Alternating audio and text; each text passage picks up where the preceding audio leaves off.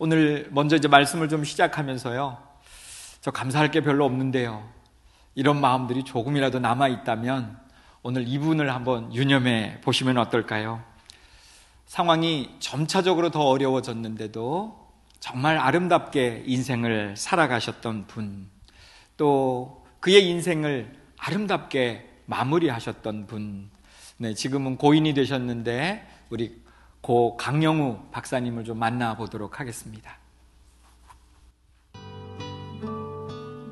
단편 드라마 눈먼 새의 노래의 주인공이기도 한 강영우 박사는 어린 시절이 매우 불우했습니다.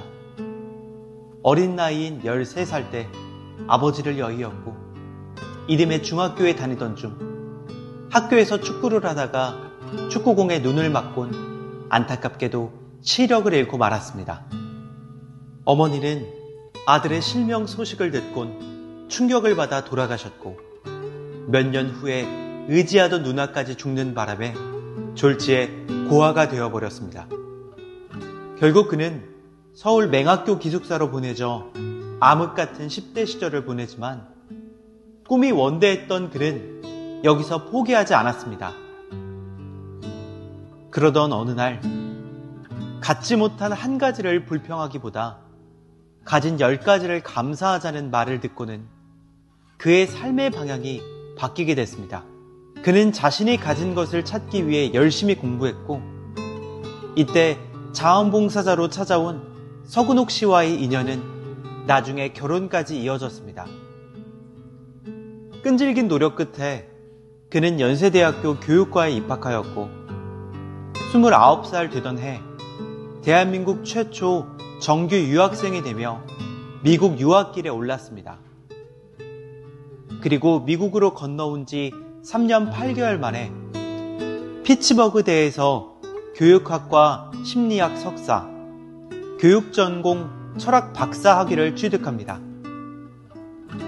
2001년 부시 행정부에서 당시 한인 역사상 최고의 직이었던 백악관 국가장애위원회 정책 차관부로 발탁되는 영광을 안았습니다. 하지만 2011년 67세가 되던 해 갑작스러운 췌장암 발견으로 시한부 삶을 선고받았습니다. 청천벽력 같은 말기암 선고를 듣고 돌아온 그는 자신의 죽음으로 인해 슬퍼하고 안타까워할 지인들을 위해 담담하게 마지막 작별 편지를 써 내려갔습니다. 두 눈을 잃고 한평생 너무 많은 것을 얻었습니다. 사랑하는 사람들에게 이렇게 작별 인사할 시간을 허락받았으니 얼마나 축복인가요? 여러분들로 인해 저의 삶이 더욱 사랑으로 충만했고 은혜로웠습니다. 감사합니다. 네, 우리 강영우 박사님의 인생 여정을 우리들이 들으면서 우리들은 과연 정말 진정으로 감사하는 게 무엇인지 하는 부분들을 다시 생각해 보게 됩니다. 오늘 저희는 성경의 본문으로 돌아가서 다윗이라고 하는 인물, 우리들이 잘 안다고 생각하는 그 인물을 다시 한번 좀 생각해 보고자 합니다. 다윗의 인생에서 무엇이 그를 다윗되게 했는가, 그리고 그의 삶이 아름답게 갈 수 있었는가 하는 부분들을 우리들이 한번 묵상해 보자는 것입니다. 다윗은 왕으로 올랐지만 수많은 고난과 역경을 겪었던 사람입니다. 그런데 그의 삶 가운데서 흘러나오는 그의 고백이 있습니다. 오늘 시편 138편을 통해서 우리는 고난 가운데서도 또는 지친 삶 가운데서도 어떻게 감사의 샘물을 퍼올릴 수 있을까 하는 이 부분을 생각해 보고자 합니다. 오늘의 말씀을 따라가면서 오늘 우리의 삶도 변하여서 감사의 삶이 되어질 수 있기를 주님의 이름으로 간절히 축복합니다. 다윗은 그의 인생 전체를 통해서 오늘 특별히 말씀을 통해서 보면 그는 감사를 달고 살았던 사람, 감사의 사람이었다라고 하는 것을 알 수 있습니다. 시편 138편은 다윗이 왕위에 오른 후에 기록되어진 것으로 추정이 되어집니다. 그는 수많은 전쟁을 겪었고 그럼에도 하나님께서 그 모든 전쟁을 통해 승리하게 해주셨고 나라를 굳건하게 세웠고 또 하나님의 은혜와 하나님의 크신 인도하심을 경험하고 살았습니다. 그러기에 오늘 이 본문이 있는가? 우리가 또 그렇게도 생각할 수 있겠죠. 그런데 그때에도 감사했고 또 오늘 이 감사를 오늘 하나님의 입으로 또 우리들에게 증거함으로 고백함으로 남겨주고 있습니다. 자, 1절로 가보면 이렇게 말합니다. 우리 1절은 같이 좀 읽어보겠습니다. 우리 같이 읽습니다. 내가 전심으로 주께 감사하며 신들 앞에서 주께 찬송하리이다. 아멘. 다윗이 그 당시에 그 기쁨과 감사가 좀 느껴지십니까? 오늘 본문으로 좀 돌아가서 다윗이 얼마나 큰 기쁨과 감사를 가지고 하나님 앞에 나오고 있는가. 그는 단순한 기쁨이 아닌 그의 온 마음과 온 존재를 들여서 하나님 앞에 감사하겠다. 그러면서 정말 이 감사는 다른 게 아니라 내게 지금 주어진 승리나 부유함이 아니라 하나님 때문에 감사합니다. 하나님 앞에서 감사합니다. 하나님의 성품 때문에 감사합니다. 할렐루야. 할렐루야. 감사를 회복합시다. 아멘을 회복합시다. 아멘. 저희들이 오늘 정말 우리들의 입으로 고백이 되어져야 돼. 하나님 앞에 감사합니다. 하나님 정말 사랑합니다. 이 고백이 있어야 된다는 거죠. 다윗이 고백했던 이 감사가 오늘 우리의 감사가 되어야 된다. 2절을 가보면 주의 인자하심과 성실하심으로 말미암아 주의 이름에 감사합니다 그랬어요. 그는 생각해 보니까 하나님은 변함이 없으셨어요. 그가 어릴 때 정말 하나님께서 뜻하지 않게 그를 기름 부으셨어요. 그런데 승승장구하는 게 아니에요. 그가 왕에 오르기 전에 정말 죽을 고비를 숱하게 넘깁니다. 그는 너무나 애매한 고난을 당합니다. 억울합니다. 그래서 사울 왕에게 쫓겨다니기를 10여 년이에요. 그리고 그는 망명까지 합니다. 블레셋으로, 자기의 적국인 블레셋으로 망명을 했는데 그곳에서도 죽을 고비를 여러 번 넘겨요. 그렇게 살아온 세월 가운데서도 하나님이 함께 하셨어요. 그리고 왕이 된 다음에 승승장구하는 다윗 가운데도 함께 하신 줄로 믿습니다. 이게 바로 하나님의 인자하심입니다. 우리들이 잘 알고 있는 단어 헤세드에 하나님과 약속되어진 사랑, 하나님과 오늘도 변함없이 함께 하시는 그 인자하심, 그래서 그 하나님의 신실하심, 성실하심으로 하나님께서 함께 해주시는 것에 대한 감사의 고백입니다. 3절을 가보면 내가 간구하는 날에 주께서 응답하셨습니다. 내 영혼에 힘을 주어서 나를 강하게 하셨습니다. 내가 다른 것 때문에 강한 것이 아니라 하나님이 내 기도에 응답하시고 오늘도 나와 함께 하셔서 나에게 힘 주셔서 영혼에 강함을 주셔서 감사합니다. 할렐루야. 오늘 이 다윗의 감사를 보면 내게 어떤 무엇을 하나님이 주셔서 문제 해결을 해주셔서 이런 내용은 없어요. 더 근본적인 거, 하나님을 알게 해주셔서 감사합니다. 하나님이 나의 주인 되어주셔서 감사합니다. 내 영혼에 지금도 하나님이 함께 해주셔서 감사합니다. 할렐루야. 이 감사가 충만했던 것이죠. 외부적인 조건이 아니에요. 하나님이 지금도 살아계시고 그 하나님이 지금도 나에게 역사하시는 깨달음을 통해서 나온 영적 감사인 줄로 믿습니다. 다윗의 그러면 감사의 기초는 무엇이었을까요? 뭐가 그를 감사하게 만들었을까요? 사무엘하 8장으로 좀 가서 그분의 감사의 기초를 좀 살펴보면 그렇습니다. 다윗은 소바왕 하닷 에셀과 그 당시 강대국이었던 아람 연합군, 이 두 개가 합한 연합군을 맞아서 전쟁을 해야 될 때가 있었습니다. 너무나 강한 군대예요. 그런데 이 전쟁에 나갔는데 대승을 거둔 겁니다. 그리고 그 이후의 다윗의 모습은 그의 신앙을 극명하게 보여줍니다.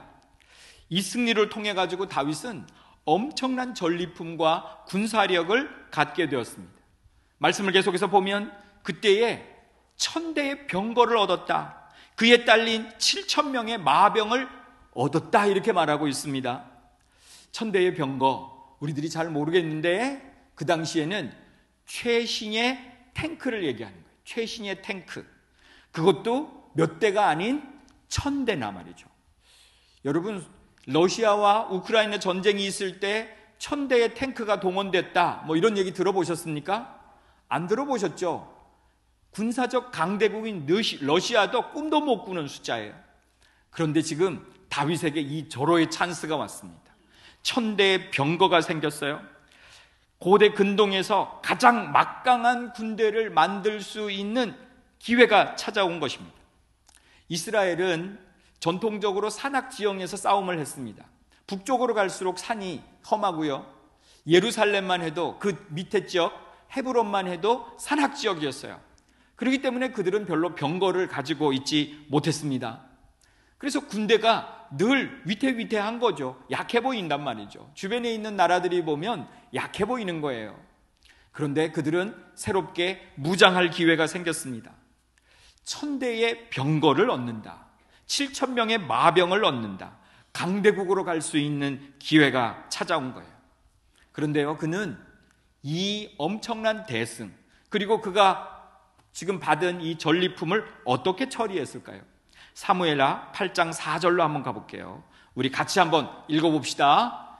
다윗이 그들에게서 병거 1000대와 마병 7000과 보병 2만을 빼앗고 병거 100대를 남기고는 그 외의 병거의 말은 다 발에 힘줄을 끊었더니, 지금 다윗은 이 전리품 병거를, 이 1000대의 병거를 100대만 남겼다 그랬어요. 이것도 전쟁에 쓰기 위해서가 아니라 전리품을 옮기기 위해 가지고, 그래서 100대만 남기고 또 말들도 100마리만 남긴 거예요. 나머지는 모두를 다 이 말의 힘줄을 끊어버렸다, 이렇게 말하고 있습니다. 전쟁에 승리하고 정말 가고 싶은 곳이 어디냐면 자기의 성입니다. 자기의 나라예요. 흰말을 타고 멋있게 개선장군이 되어가지고 나팔을 불고 쫙 들어가면 모든 사람들이 얼마나 반기겠습니까? 사람들이 다 그걸 꿈꾸면서 전쟁을 나가는 거거든요. 그런데 그는 자신의 모든 군사력, 그리고 자기에게 있는 이 모든 지위들을 내려놓고 자랑하지 않겠다, 이렇게 결심합니다. 이 당시는 청동기에서 철기 시대로 가는 시기였습니다. 이 이스라엘은 그 당시에 별로 큰 군사력을 갖지 못했어요. 때로는 제대로 된 칼자루 하나가 없었어요. 아직도 여전히 청동기 시대가 철기로 막 넘어가는 그 시대에 살고 있었던 거예요. 그런데 벌써 이 전쟁을 했던 아람의 연합군들은 철기로 무장하고 있었습니다. 그래서 이제 다윗은 우리도 이제 완전한 철기 시대로 가서 우리의 힘을 마음껏 뽐낼 수 있는 시간이었다, 이렇게 볼 수 있는 건데, 그는 이것을 마다했다는 거죠. 그래서 이 말의 힘줄을 끊었다라고 말합니다. 이것은요, 자기의 힘을 과시하지 않고 끝까지 겸손하게 오직 하나님만을 의지하겠다고 하는, 내 평생 군사력이 아니라, 말이 아니라 하나님만 의지하겠습니다 라고 고백하고 있는 이 다윗의 신앙 고백인 것을 믿으실 수 있기를 간절히 소망합니다. 다윗의 이러한 신앙의 고백은요, 시편 138편 6절에 잘 나와 있어요. 여호와께서는 높이 계셔도 낮은 자를 굽어 살피시며 멀리서도 교만한 자를 아십니다. 하나님이 아십니다. 하나님이 보고 계십니다. 지금 내가 군사력을 의지하는 거, 말을 의지하는 거, 이것은 내가 교만해지는 것입니다. 그래서 나는 이 모든 것들을 버리겠습니다. 이게 쉬운 일이 아니에요. 다윗은 더더욱 쉬운 일이 아닙니다. 왜냐하면 자기는 이 왕이 오르기 전에 너무 어려운 시간들을 겪었거든요. 수많은 죽음의 고비들을 넘겼거든요. 이 시간들을 이기고 견뎌내서 왕에 오른 거예요. 왕에 오르고 보니까 승승장구하는 겁니다. 그러니까 사람들이 옛 시절을 잊어버릴 수 있죠. 그러면서 가만히 생각해 보니까, 야, 내가 그 시대를 이겨내서 그래, 그 전쟁에서 승리해서 그래, 그때 그 지혜가 있어서 그래, 얼마든지 자기에게 영광을 돌릴 수 있었다는 거죠. 사람들은 왕위에 오르면 더 많은 것들을 가지려고 하지 않습니까? 과시하려고 하지 않습니까? 얼마든지 교만할 수 있어지는 거예요. 자기의 옛날에 억울했던 시절, 힘들었던 시절을 생각하면 더 그렇게 갈 수 있었다는 거죠. 내 힘으로 된 것 같은 생각을 얼마든지 할 수 있었다는 겁니다. 우리도 감사하지 못하는 이유가 있어요. 뭐냐면 내가 얻었다라고 생각하는 이것이 나에게 어느 사이에 교만이 된 거예요. 여러분이 무엇이 있습니까? 여러분이 자신을 돌아보면 여러분들이 그것을 어떻게 얻었어요? 눈물을 흘리며 얻지 않았습니까? 내가 수고하고 내가 어렵게 살고 내가 절약해서 안 먹고 안 써서 내게 있는 것이다, 이렇게 생각할 수 있습니다. 그렇기 때문에요, 어느 한순간에 그것이 없어져 버리면 우리는 텅 빈 것 같고, 때로는 우리들이 좌절하고 낙심하고 어떤 때는 하나님을 원망하게 되어지는 겁니다. 내 거다, 내가 했다, 이 생각이 바로 성경의 교만이다라고 말씀하고 있어요. 여러분들은 어떤 생각을 하고 있습니까? 반면에 감사할 수 있는 사람은 자신의 연약함을 인정하는 거예요. 나는 연약합니다. 지금까지 된 것이 모두가 다 하나님의 은혜와 도우심입니다. 고백하는 사람, 그렇게 하나님 앞에 나아가는 사람, 겸손한 사람, 이 사람을 주님께서 오늘도 찾고 계시는 줄로 믿습니다. 오늘 이 설교를 준비하면서 저도 저 자신을 돌아보았는데요, 모든 것이 감사했어요. 하나도 빠짐없이 모든 게 감사합니다. 그러면서 정말 감사했던 게 참 좋은 교회예요. 참 좋은 이름만 들어도 가슴이 뛰고, 또 이 참 좋은이라고 하는 이름 때문에 제가 지금까지 하나님 안에, 은혜 안에 있는 줄도 모르겠습니다.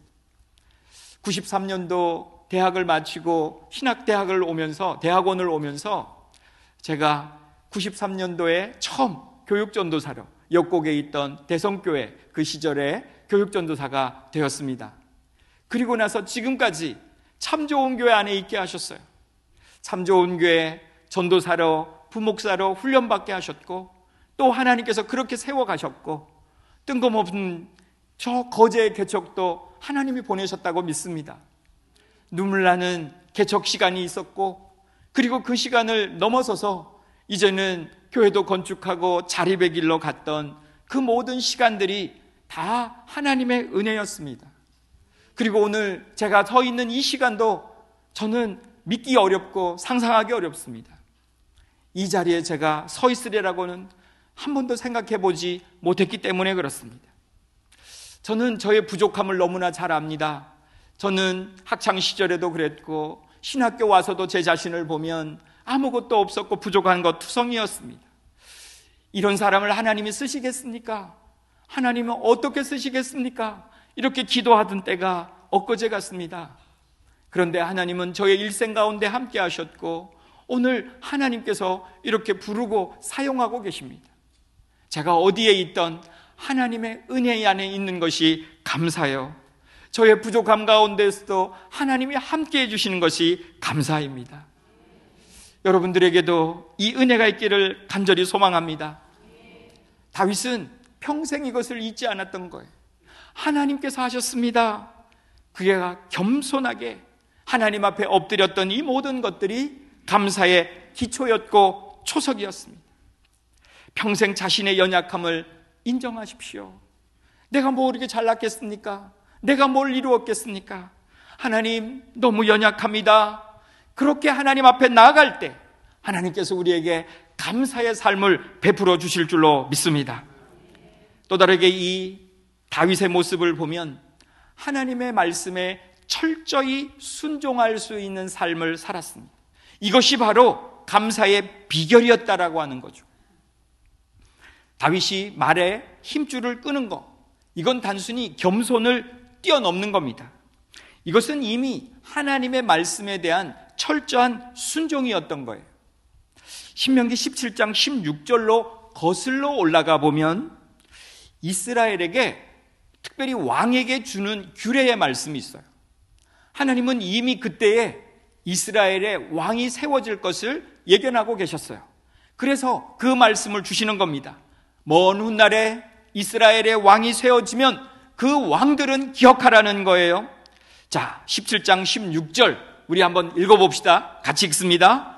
그는 병마를 많이 두지 말 것이요, 병마를 많이 얻으려고 그 백성을 애굽으로 돌아가게 하지 말 것이며. 네, 여기까지만요.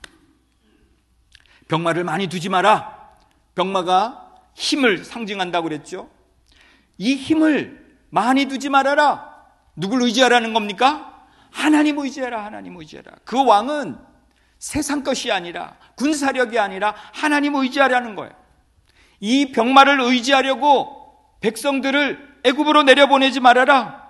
백성을 동원하고 또 그들을 통해 가지고 내가 힘을 얻고 또 애굽을 의지하지 말아라. 강대국이었던 애굽을 의지하지 말아라. 이렇게 말하고 있는 거예요. 오늘 우리들이 나의 삶 가운데 내가 말을 의지하고 있는 거 아닌가? 나의 어떤 힘을 의지하고 있는 거 아닌가 말이죠. 우리가 하나님 앞에서 이 말을 의지하기 전에 하나님을 의지할 수 있기를 간절히 소망합니다. 우리들이 말을 의지하는 순간 하나님은 저 멀리 가 계신 거예요. 다윗은 이 말씀을 기억합니다. 하나님이 주신 말씀을, 어릴 때부터 들었던 그 말씀을 기억합니다. 왕이 되어서 기억합니다. 얼마나 이 결단이 쉽지 않았겠는가 알 수 있어요. 승리하고 난 다음에 갑자기 눈앞에 이 천대의 병거가 생겼습니다. 말들이 보입니다. 그런데 이것을 힘줄을 끊어내라. 얼마나 어려웠겠습니까? 사울은 여기서 실패했습니다. 아말렉의 전리품들을 다 하나님께서 진멸해라. 남겨둔 거예요. 그러나 이 다윗은 실천합니다. 하나님 앞에, 하나님, 말의 힘이 아니라 하나님 의지하고 살겠습니다. 하나님만 바라보고 살겠습니다. 할렐루야. 진정한 감사의 비결이었던 것입니다. 말이 필요 없는 존재가 아니라 말을 의지해서는 안 된다는 거예요. 우리가 연약해져 가지고 자꾸 그곳에 무릎을 꿇어요. 세상을 의지하는 힘 다 버리고 오직 하나님의 말씀에 순종하고 평생을 감사로 이어가는 우리의 삶이 될 수 있기를 간절히 소망합니다. 오늘 본문 8절에서 이 믿음을 고백합니다. 여호와께서 나를 위하여 보상해 주시리이다. 하나님이 보상해 주신다는 거예요. 세상이 보상해 주는 게 아니에요. 그러면서 하나님, 모든 것들이 다 주의 손 안에 있습니다. 모든 것들 다 주님이 지으셨습니다. 그러기에 버리지 마십시오. 겸손하게 무릎을 꿇는 겁니다. 지금까지도 함께 하셨던 주님, 지금도 함께 하시는 주님, 앞으로도 함께 하실 그 주님, 그래서 그 하나님 나라에까지 그렇게 나를 부르시고 하나님 나라를 완성해 가실 주님, 그 믿음을 가지고 감사할 수 있는 귀한 주일이 될 수 있기를 소망합니다. 헝가리에서 사역하시는 박완주 선교사님이라는 분이 계세요. 이분은 전라도의 시골에서 구남매 가정에서 태어나셨다고 합니다. 아들이 귀한 집안이라 가지고 아들을 금이야 오기야 키우셨대요. 그러다가 이 아들을 잘 되라고요, 없는 살림에 미국 유학까지 보냈어요.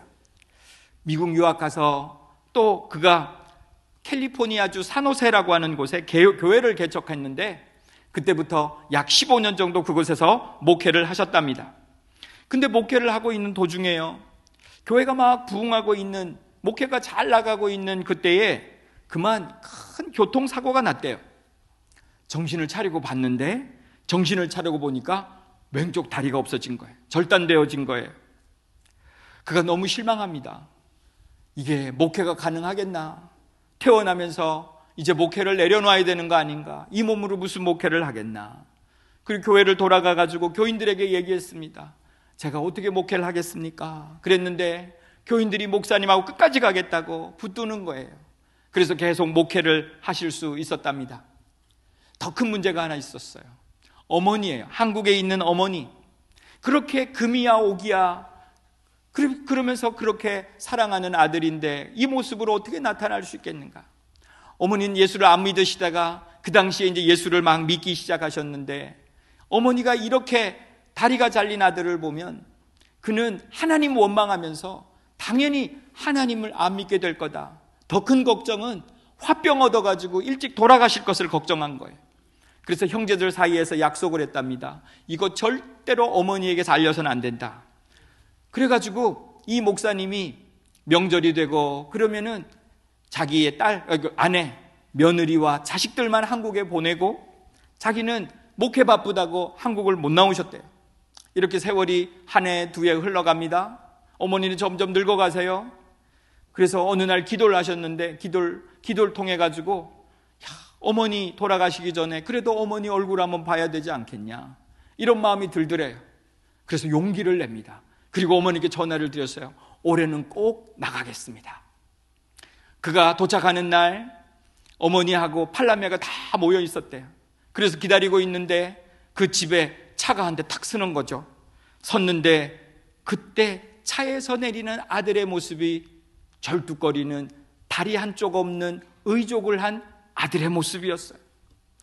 어머니가 급하게 뛰어나오다가, 너무 반갑게 뛰어나오다가 그 모습을 바라보고 주저앉았어요. 그리고 그 다리를 붙들고 웁니다. 왼쪽 다리 이거 어디 갔냐, 내 아들아 이 다리 어디 갔냐, 이 다리 어디 갔냐, 그러고 웁니다. 그 우는 모습을 보고 거기에 있는 가족들이 다 큰일 났다, 형제들이 이제 우리 어머니 하나님 원망하고 하나님 안 믿겠구나, 그리고 저러다가 화병 얻으시면 어떻게 이러고 있는데 어머니다가 우시다가 뭐라고 중얼거리시더래요. 하나님 원망하는구나. 그리고 자녀들이 전부 다 귀를 기울이고 있는데 그때 어머니의 입에서 놀라운 이야기가 들렸습니다. 하나님 감사합니다. 하나님 감사합니다. 계속 감사를 하시더래요. 그 어머니가 조금 진정되어지고 난 다음에 이제 물었어요. 어머니 뭐가 이렇게 감사하다고 그러시는 거예요? 그랬더니 그 어머니의 입에서 이런 이야기를 하셨답니다. 저 다리 하나 잃었다고 하면 얼마나 큰 교통사고였겠냐. 내 아들 다 죽을 수도 있었는데 하나님이 저 다리 하나 가져가고 내 금쪽 같은 아들 살려주셨다. 할렐루야. 그러면서 감사하다 그러면서 하나님께 감사를 하시더랍니다. 그 목사님이 그 어머니의 감사의 그 메시지를 듣고 그 귓가에 아른거리는 소리를 기억하면서 목회지로 돌아와가지고 가만히 생각해 보니까 나 같은 사람을 목회자로 불러주신 것도 감사하고 다리 하나 가져가 주셔서 이렇게 하나님께서 주시는 평안과 그리고 하나님이 주시는 은혜를 고백하게 했으니 감사하다. 그래서 그분이 결단하셨대요. 교인들 앞에서 제가 하나님 앞에 받은 은혜가 너무 큽니다. 하나님이 이 다리 하나 가져가셨지만 하나님이 내게 주신 게 너무 많습니다. 저는 지금 너무 안정적 목회를 하고 있는데 이게 하나님 앞에 죄스럽습니다. 그러면서 사임을 하고 내가 하나님이 더 부르시는 그곳으로 가겠습니다. 그리고 선교사로 결심하고 헝가리로 떠나가셨는데 헝가리에서도 가장 소외된 계층, 그리고 가장 못 사는 그 계층인 집시족에게로, 우리로 얘기하면 거지족들에게로 가서 선교에 지금도 10여 년 헌신하고 계시는 분입니다. 그 간증의 핵심은 그래요. 목회중 가운데 큰 교통사고 나서 왼쪽 다리 하나 잃은 거, 이 고난을 겪고 어려움을 겪었지만 이 사건을 통해서 오히려 더 큰 하나님의 은혜를 느꼈고 평안을 주셨고 감사로 생활하게 하셨다는 것입니다. 우리들이 큰 상황이 우리들에게 찾아온다고 감사를 잃어버릴까요? 오늘 우리 강영우 박사님의 그 고백처럼 감사의 초점을 바꾸십시오. 없는 것에서 남아있는 곳으로 바꿀 수 있기를 소망합니다. 하나님 이것을 남겨주셨습니다. 조금 더 나아가서 말이죠, 우리의 영적인 감사를 하나님 앞에 드려보십시다. 변하지 않으시고 나를 사랑하시고 나를 인도해 주시고 지금도 함께 하신 그 인자하신 하나님, 헷세드의 하나님, 그 하나님 앞에 감사합니다. 오늘 우리들이 보았던 강영우 박사님, 박원주 선교사님, 그리고 다윗의 공통점이 바로 거기에 있었습니다. 그 하나님을 발견하고 나니까 어려운 상황을 맞았어도 아름답게 인생을 살아갈 수 있었고 그의 인생을 너무너무 아름답게 마무리할 수도 있었다는 것입니다. 자, 오늘 이 사람처럼, 이들처럼 우리도 가야 하지 않겠습니까? 그분들이 그랬다고 오늘 이 설교를 여기서 끝내주면 그게 무슨 의미가 있겠습니까? 이제는 우리 차례입니다. 나는 어떻게 살아야 할까요? 이 추수감사절을 맞아서 오늘 우리의 이 다윗의 감사를 우리의 삶에 적용해 볼 수 있기를 간절히 소망합니다. 먼저 여러분이 생각해 보십시오. 손을 꼽아 보십시오. 내가 의지하고 있는 말은 뭐냐는 거예요. 그래서 내가 통제할 수 있다고, 그리고 내가 가졌다고 교만한 거 여러분이 혹시 재정적으로 부유하십니까? 직장에 성공을 하셨습니까? 여러분의 자녀가 여러분의 자랑거리십니까?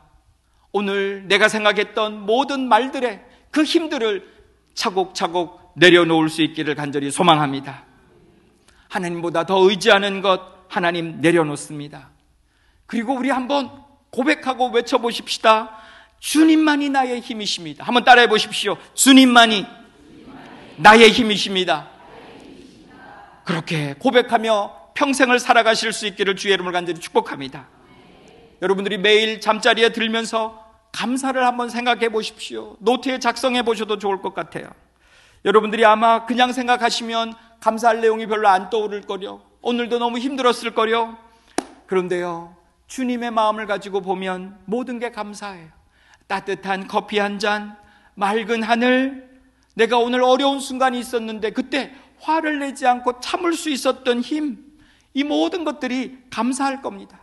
사소한 가운데서도 주님하고 내가 온전히 연결되어 있기만 하면 내 영혼을 힘을 주시는 하나님을 통해서 오늘 우리는 감사의 조건들이 새록새록 살아나게 될 줄로 믿습니다. 여러분, 감사하지 못하는 것은요, 습관이기도 합니다. 여러분들이 맨날 죽겠다, 힘들다, 어렵다라고 하면 여러분이 잠자리에 그렇게 들고요, 아침에 깨어나서도 이렇게 또 오늘 이 하루를 시작하네, 이렇게 시작할 거예요. 그러나 여러분들이 평소에 감사가 넘치면 이것도 감사해요, 저것도 감사해요. 오늘 제가 아침에 이 교회를 나오면서 너무 감사했어요.